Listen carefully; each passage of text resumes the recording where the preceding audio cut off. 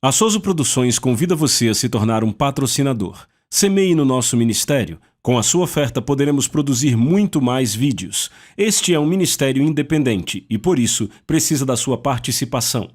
Inscreva-se no canal e compartilhe os vídeos. Seja um multiplicador desta visão.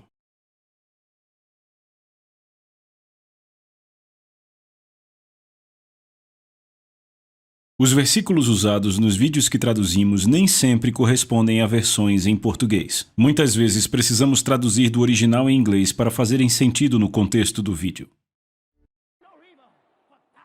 Aleluia! Você está pronto para isso? Livro de Romanos.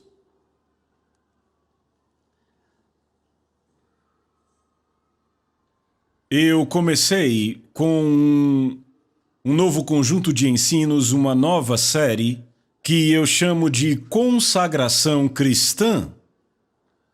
Consagração Cristã.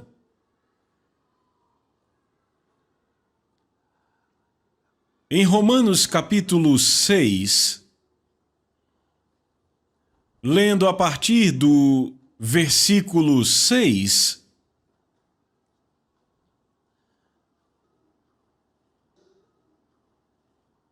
diz: sabendo isto. Eu penso que quando vejo uma palavra assim, eu não acho que ninguém comece uma afirmação importante com a palavra sabendo. Deve haver uma conexão em algum lugar. Parece que ele está falando de algo sobre o que eu preciso saber. Então, vamos para o versículo 1. Então, começando do versículo 1, capítulo 6 de Romanos. O que diremos então? Continuaremos no pecado para que a graça abunde? De forma nenhuma. Como nós que estamos mortos para o pecado, viveremos ainda nele? Eu quero que vocês notem o que ele está dizendo.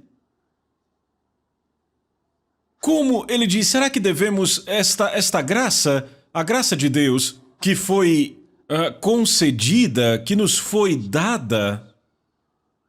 Ele diz, veja, agora que sabemos disso, devemos continuar pecando para que a graça continue agindo? Ele diz, de maneira nenhuma, como nós que estamos mortos para o pecado. Que descrição! Nós que estamos mortos para o pecado. Ou seja, se você nasceu de novo, você está morto para o pecado? Ou isso é real, ou irreal. Mas isso é real. Como nós, que estamos mortos para o pecado, viveremos ainda nele? Não sabeis que todos nós, que fomos batizados em Jesus Cristo, fomos batizados na sua morte? Afirmações fortes. Estas são afirmações fortes, estou dizendo. Declarações muito, muito fortes. Ele diz, vocês não sabem que todos os que fomos batizados em Jesus Cristo, fomos batizados na sua morte?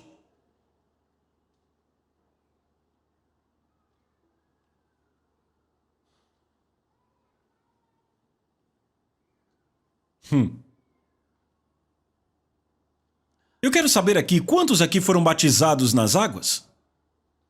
Vocês foram batizados nas águas? Você sabe o significado disso?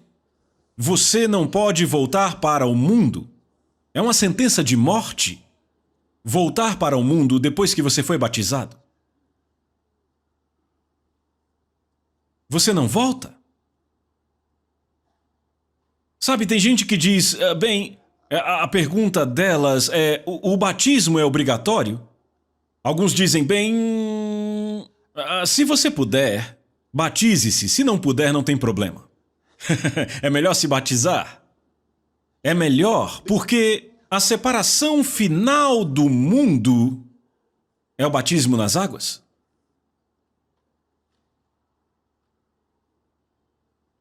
Você tem que ser batizado nas águas? Mas a Bíblia claramente diz que o batismo nas águas não te salva. Por quê? Porque é um homem que recebeu a salvação que te batiza. Então, se você é batizado sem receber a salvação, você não é salvo. É simples assim. Então, quando você recebe a salvação, isto significa nascer de novo.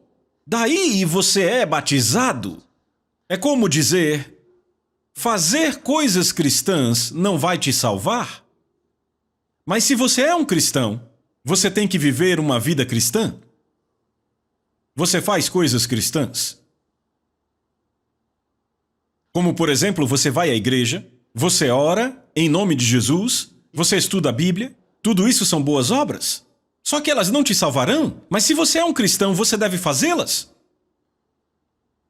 Você entende? Esse é o ponto. Então, o batismo nas águas não te salva. Mas como todas as outras coisas importantes na palavra de Deus que um cristão deve fazer, e estas coisas o ajudarão a responder em boa consciência. O mesmo é com o batismo nas águas. Jesus instruiu isso, é melhor você fazer. Então ele diz, não sabeis que todos os que fomos batizados em Jesus Cristo fomos batizados em sua morte? Portanto, fomos sepultados com ele para a morte pelo batismo, para que assim como Cristo foi ressuscitado dentre os mortos pela glória do Pai, assim também nós andemos em novidade de vida. Ele diz, fomos sepultados com ele. Para a morte pelo batismo, fomos sepultados com Cristo. E como ele foi ressuscitado dos mortos, pela glória do Pai, ele foi ressuscitado dos mortos, assim também nós devemos andar em novidade de vida. Isso é poderoso. Oh, isso é poderoso.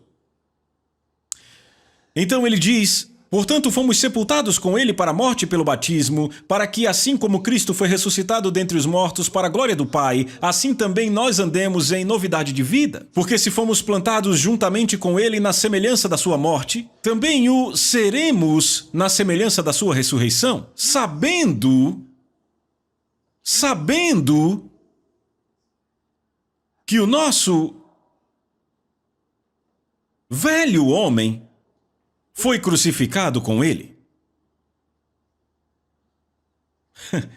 Me lembra de uma história que eu ouvi anos atrás. A história conta que um pregador há muito tempo estava lendo esse texto e disse, agora eu entendo. Ele disse, agora eu descobri quem era o pai de Paulo. E disseram, pai de Paulo? E ele disse, sim, eu descobri quem ele era. Porque foi Paulo, você sabe, que escreveu para os romanos, e ele disse, agora eu descobri o pai de Paulo. Então quem era o pai de Paulo? Ele disse, era o ladrão que foi crucificado com Cristo. E disseram, como você chegou a isso? Ora, tá aqui, Paulo disse, o meu velho foi crucificado com Cristo.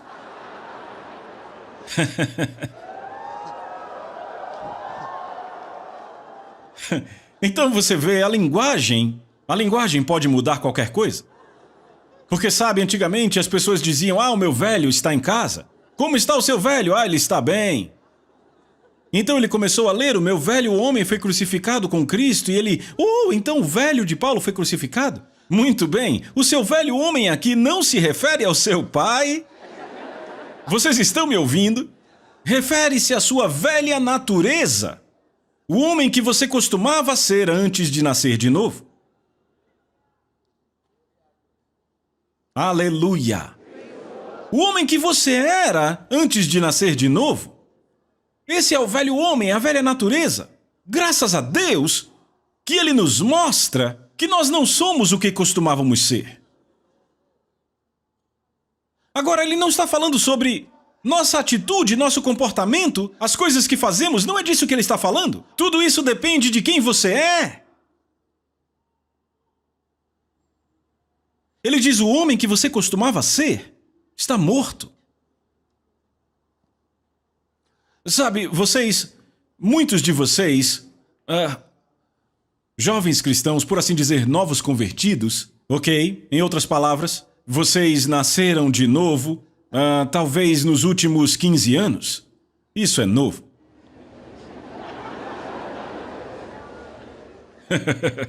Vocês entendem? Sim, nasceram de novo nos últimos 15 anos, isso é novo. Então talvez não estejam familiarizados com algumas coisas que costumavam acontecer com alguns cristãos e as velhas doutrinas que eles pregavam. Deve haver algumas ainda hoje, como o ensino da natureza dupla, na qual dizem que o cristão tem duas naturezas. Ele tem a velha natureza e tem a nova natureza, as duas naturezas. Então, se ele se inclina para a velha natureza, fará coisas más, e se inclina para a nova natureza, fará as coisas boas, então tem as duas naturezas nele. Bem, isso não faz sentido, ele não tem duas naturezas. Acabamos de ler que a nossa velha natureza foi crucificada com ele. A velha natureza está morta. Não está se escondendo em algum lugar. E alguém diz, mas sabe, pode ser que... pode ser uma ressurreição? Toda vez que você é tentado, a velha natureza ressuscita. Ressuscita da onde? Dos mortos? Ele não tem o poder da ressurreição! Como sua velha natureza pode estar ressuscitando? De onde tiraram essa doutrina? Eles tiram estas doutrinas das suas experiências pessoais.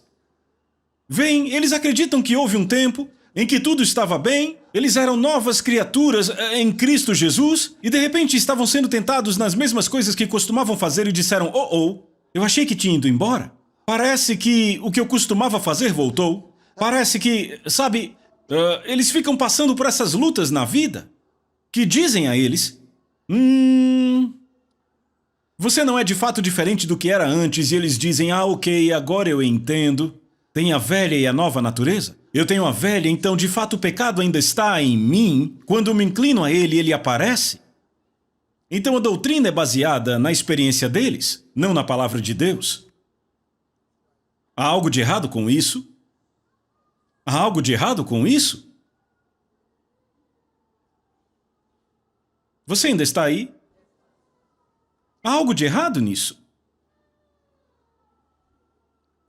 O ensino preciso da palavra de Deus é do que precisamos? É disso que vem a luz? É disso que vem a força? Aleluia! Mas vamos continuar lendo. Ele diz, sabendo isto, não presumindo isto, sabendo isto. Agora, quando Deus fala sobre saber algo, Ele está te dizendo que esta coisa é real. Aleluia! É real, pode ser provado. É real. Não dá para saber ou conhecer algo que não é real. Se não é real, então você não sabe que existe porque não é real. Você pode presumir que está lá.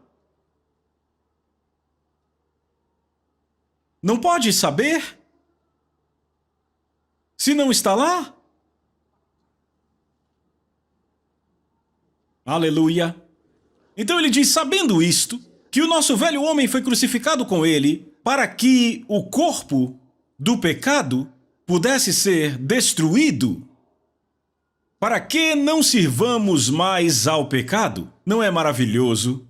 Ele diz, sabendo isto, que o nosso velho homem foi crucificado com ele para que o corpo do pecado, está falando do corpo físico, este corpo físico que ditava para nós, que nos guiava ao pecado. Porque entenda, quando o homem caiu, ele se tornou sujeito aos seus sentidos. Seus sentidos passaram a governá-lo. Por isso é chamado carnal. Governado pelos seus sentidos naturais. Governado pelo seu corpo. Outro termo para descrever o homem carnal é controlado pelo corpo. É controlado pelo corpo. Como pode ser isso? Controlado pelos seus sentidos naturais. O que os seus sentidos lhe dizem? Se ele sente de uma forma, ele diz que é dessa forma. A vida é baseada no que os seus sentidos lhe dizem. E sabia que a maioria das pessoas no mundo hoje é assim? Vivem de acordo com seus sentidos. E a Bíblia diz que se você vive de acordo com seus sentidos, você não é filho de Deus. É isso que a Bíblia diz. Diz, aqueles que estão na carne, estes não são filhos de Deus. Está lá em Romanos 9, verso 8, é o que diz. Estes não são filhos de Deus. Veem, os filhos de Deus andam pelo Espírito, não pelos sentidos. Então ele diz que nosso velho homem foi crucificado, nossa velha natureza foi crucificada, de forma que o corpo que nos dominava tivesse a sua autoridade sobre os nossos espíritos quebrada. Porque agora há um novo homem em Cristo. E este novo homem é superior ao pecado e superior a Satanás. E ele não é sujeito ao corpo. Isso é maravilhoso. Você vai ver agora. Você está aí comigo? Porque aquele rapaz, verso 7, porque aquele que morreu está livre do pecado. Como assim aquele que morreu está livre do pecado? O que aconteceu? Quando morremos com Cristo, nós fomos livres do pecado. Sabe, eu já disse várias vezes, existe essa coisa sobre a redenção, e eu não estou dizendo isso para criticar, porque eu sei que ao redor do mundo existem ministérios que são chamados ministérios de redenção, ministérios redentores, ministérios que redimem, tudo isso, sabe? Mas a verdade é a seguinte. O cristão não é um homem redimido. Eu não sei porquê, sabe, é tão fácil estudar a Bíblia. Sabe, é como o que eu disse sobre o pentecostalismo dia desses. Sabe, eu disse, só há uma razão para eu não ser pentecostal. Eu disse, por quê? Quando se estuda a Bíblia, aqueles que estavam celebrando o Pentecostes não receberam o Espírito Santo? Então, é uma contradição. É uma ironia. Descobrimos que os pentecostais, se você pergunta a eles o que significa ser pentecostal, esses pentecostais, eles dizem que os pentecostais são aqueles que acreditam no Espírito Santo e no falar em línguas. Mas quando você abre a Bíblia, aqueles que receberam o Espírito Santo no dia de Pentecostes não estavam celebrando Pentecostes, estavam no cenáculo. Todos os que estavam lá fora celebrando Pentecostes não receberam o Espírito Santo. É uma contradição. Alguém começou a falar isso e todo mundo aceitou? Alguém pergunta de qual denominação cristã você é e ele diz, eu sou pentecostal. Por quê? Porque eu acredito no Espírito Santo e falo em línguas. O que a Bíblia fala sobre Pentecostes?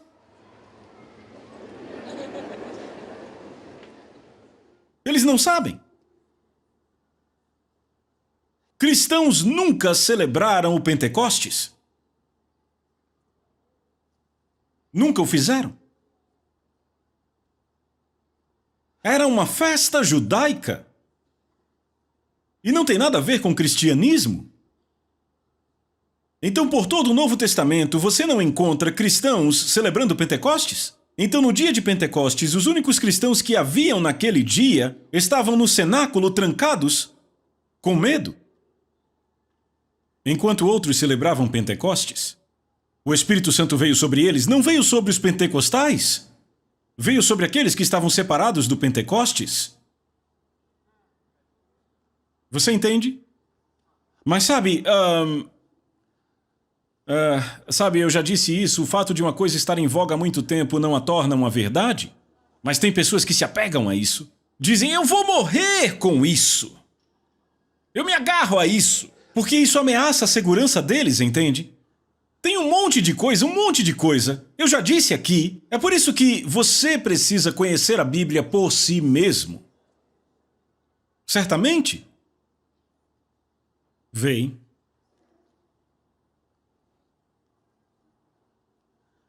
Maravilhoso. Então, quando ele morreu, nós morremos com ele. Jesus Cristo. Estávamos lá em sua morte. Então ele diz, porque aquele que morreu está liberto do pecado. Então eu disse, notem que Paulo deixou tudo claro, puro, simples. Ele está dizendo que a morte poderia ser tudo o que era necessário para nos livrar dos nossos pecados. Se a salvação se tratasse apenas do perdão dos pecados, Jesus não precisaria ressuscitar dos mortos. A morte dele foi suficiente. A morte nos libertou, a morte pagou por todos os pecados. Isso é redenção. Mas isso não é o cristianismo. Vê a diferença? É o que Paulo está dizendo. Redenção é salvar um homem pagando o preço. Então Jesus pagou o preço com a sua própria vida. Ele morreu por nós para que fôssemos salvos. Mas isto não é cristianismo. Cristianismo, ouçam, cristianismo ou um cristão não é um homem que foi redimido. A redenção não produz o cristianismo.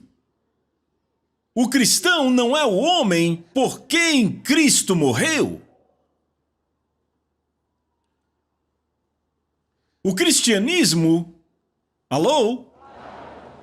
O cristianismo... Ei, veja da seguinte forma. Quando Jesus foi pendurado naquela cruz, quando foi pendurado lá e olharam para ele, na mente da justiça, na mente de Papai Deus, estávamos todos nós pendurados naquela cruz ali. Estávamos ali. Jesus estava lá e nós estávamos nele. Ele era o nosso representante. E então ele exclamou: está consumado. E entregou o seu espírito. Ele morreu. Quando ele morreu, na mente de Deus, por ele ser o nosso representante, nós morremos. Então ele foi tirado da cruz e sepultado. Quando ele foi sepultado, nós fomos sepultados. Agora, quando Jesus disse está consumado, tudo estava pago. Ele tomou os nossos pecados sobre si mesmo. Estávamos livres. Então ele morreu. Aquele homem, no dia em que Jesus morreu, todo mundo poderia estar cantando a canção Eu sou redimido, sou redimido, sou redimido, sou redimido. Assim digam os redimidos do Senhor, a quem ele redimiu das mãos do inimigo. Poderíamos estar cantando, todos poderiam cantar. Quando ele morreu, foram libertos dos seus pecados. Porque Jesus carregou os seus pecados e foi para o inferno. Você entende isso? Isso era tudo o que era necessário.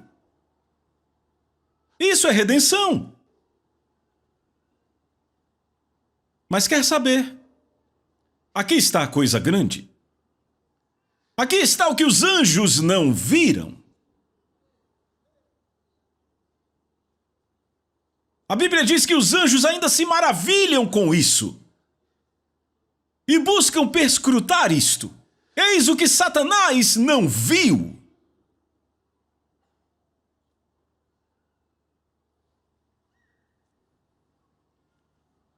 Quando... Vejam. Quando Deus ressuscitou Jesus dos mortos, foi ali onde o cristianismo começou. E eu te digo o que aconteceu. Quando Deus ressuscitou Jesus dos mortos, ele não era mais a redenção. Uma nova vida começou. Quando Jesus foi levantado dos mortos, a Bíblia diz que fomos ressuscitados juntamente com ele. Ele diz, se alguém está em Cristo, ele é uma nova criação. Agora aqui está a coisa grande. Então nascer de novo, o que isto requer? Não diz nada sobre a morte. Romanos capítulo 10, verso 9. Se com a tua boca confessares o Senhor Jesus, crendo em seu coração que Deus o ressuscitou dos mortos, tu serás salvo. A salvação vem crendo na ressurreição e confessando o senhorio de Jesus. Você entende? É assim que a salvação vem. Então quem é o cristão? O cristão é aquele homem que se identifica com o Cristo ressuscitado. E quem é ele? Ele não tem passado. A Bíblia diz em 2 Coríntios 5,17, se alguém está em Cristo, ele é uma nova criação. Significa que é uma nova espécie, é um novo tipo de homem. É o que é dito em Tiago 1,18. Por sua própria vontade nos gerou pela palavra da verdade, para que fôssemos um tipo, ou seja, rapaz, um tipo de primícias das suas criaturas. Então nós somos um novo tipo de homem. Somos novas criações. Então foi isso que saiu da redenção. Então a redenção foi estabelecida com a morte de Jesus. O cristianismo vem da ressurreição. Uma nova vida. Você está me ouvindo? Então, morremos com ele, é o que Paulo diz, se cremos que morremos com ele, ele diz, devemos saber que viveremos com ele. Então, qual é a grande coisa a respeito do cristianismo? Foi para isso que você veio hoje? Vamos entrar no assunto? Vamos terminar lendo isso? Veja o versículo 8, você vai gostar. Verso 8. Ora, se morremos com Cristo, cremos que também viveremos com ele, sabendo que, tendo Cristo ressuscitado dentre os mortos, já não morre. A morte não tem mais domínio sobre ele. Ei, veja onde estamos indo, isso é maravilhoso. Isso é maravilhoso. Verso 9. Sabendo que, tendo Cristo ressuscitado dentre os mortos, já não morre. Ouça, Cristo, tendo ressuscitado dos mortos, já não morre. Ele diz, a morte já não tem mais domínio sobre ele. Eu disse a vocês algo. Eu disse, toda vez que você lê sobre Cristo, você conhece a si mesmo? Porque nós estamos nele. Entende isso? Ele nunca fala conosco sobre Cristo sem nos mostrar quem nós somos. Para que serve a Bíblia?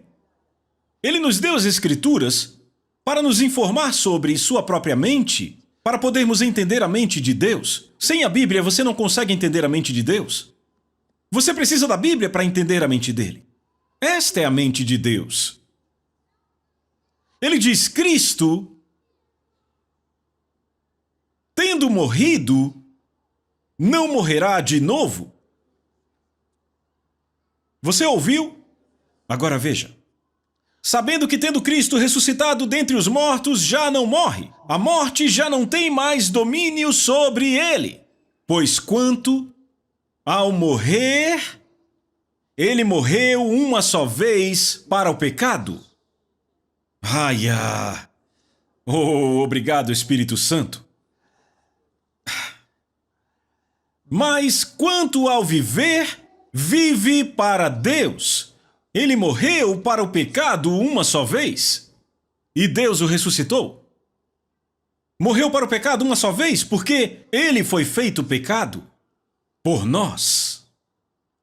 Foi feito pecado em nosso favor, então? Ele morreu para o pecado, ele pagou o preço uma só vez. E tendo sido ressuscitado dos mortos, a Bíblia diz, já não morre mais. A morte não tem mais domínio sobre ele. O que ele nos diz para fazermos sobre isso? Ele diz para sabermos. Certo? Devemos saber disso. Deve ser o quê? Conhecimento revelado. Porque você não estava lá. Então não é conhecimento dos sentidos. Você não viu. Não vimos quando ele morreu, não estávamos lá. Não tocamos quando ele andou nessa terra. Então não está falando de conhecimento dos sentidos. Fala de conhecimento revelado. Conhecimento revelado.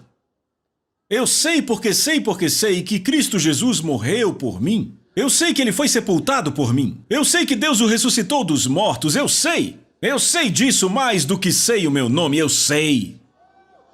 Eu sei. Sabendo que, tendo sido Cristo ressuscitado dentre os mortos, já não morre. A morte não tem mais domínio sobre ele. Oh, glória a Deus! Pois quanto ao morrer, verso 10, ele morreu uma só vez para o pecado. Mas quanto ao viver, vive para Deus. Ele vive para Deus. Ele morreu para o pecado uma vez, ele vive para Deus. Ele morreu para o pecado uma só vez, ele vive para Deus. O que isso significa? Ele vive para Deus. Significa que toda a sua vida pertence a Deus. Ele vive para Deus. Ele vive para Deus. Ele vive para os propósitos de Deus. Ele não tem mais vida em si mesmo. Ele vive para os propósitos de Deus. Você está ouvindo o que eu estou lendo para você? Ele vive para Deus. Ele não tem mais vida em si mesmo. Ele morreu para o pecado uma só vez. E agora que ele vive porque Deus o ressuscitou dos mortos, ele vive para Deus que o ressuscitou dos mortos. Agora vejam isso. Versículo 11. Leiam essa palavra, a primeira palavra. Outra vez. De novo. Significa da mesma forma.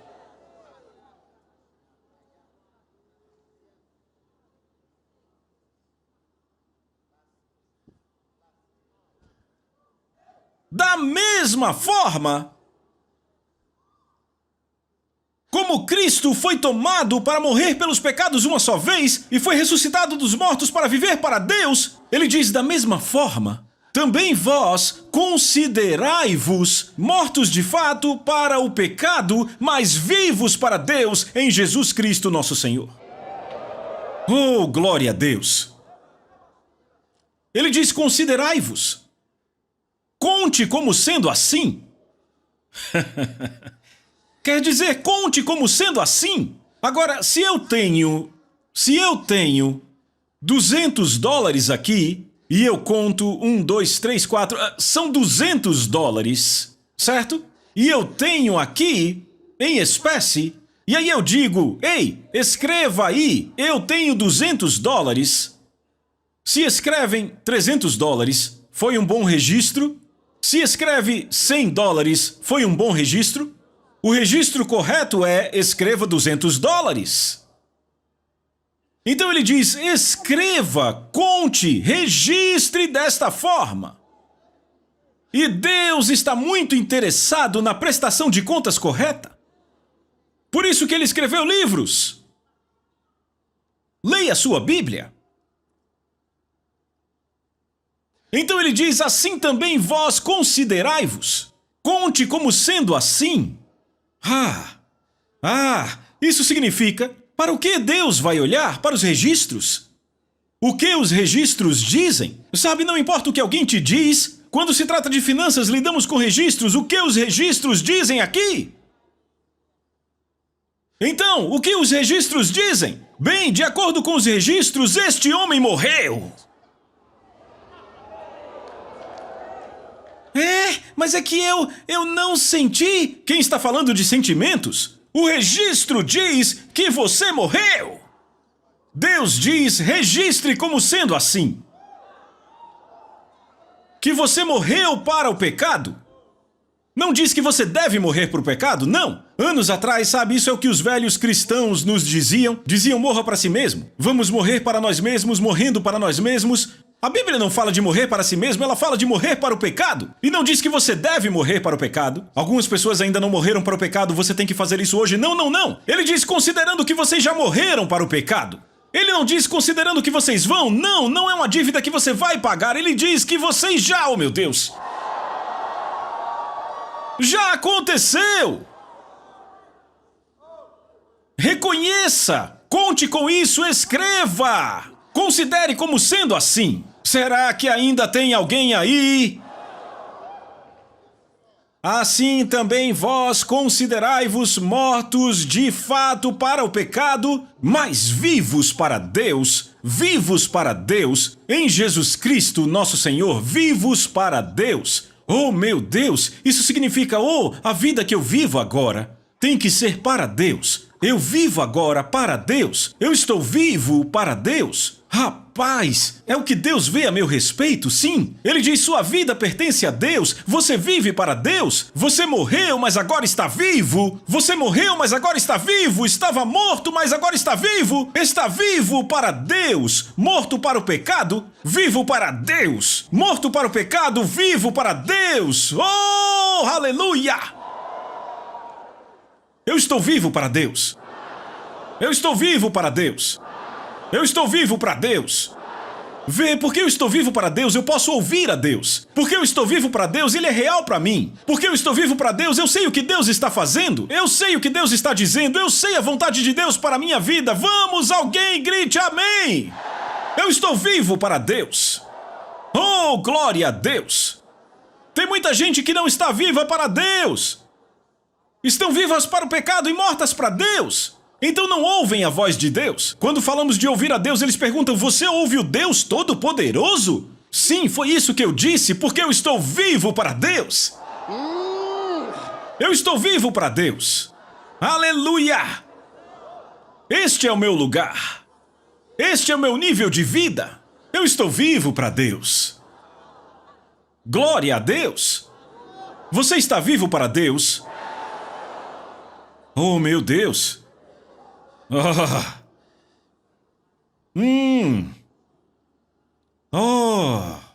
Eu estou vivo para Deus.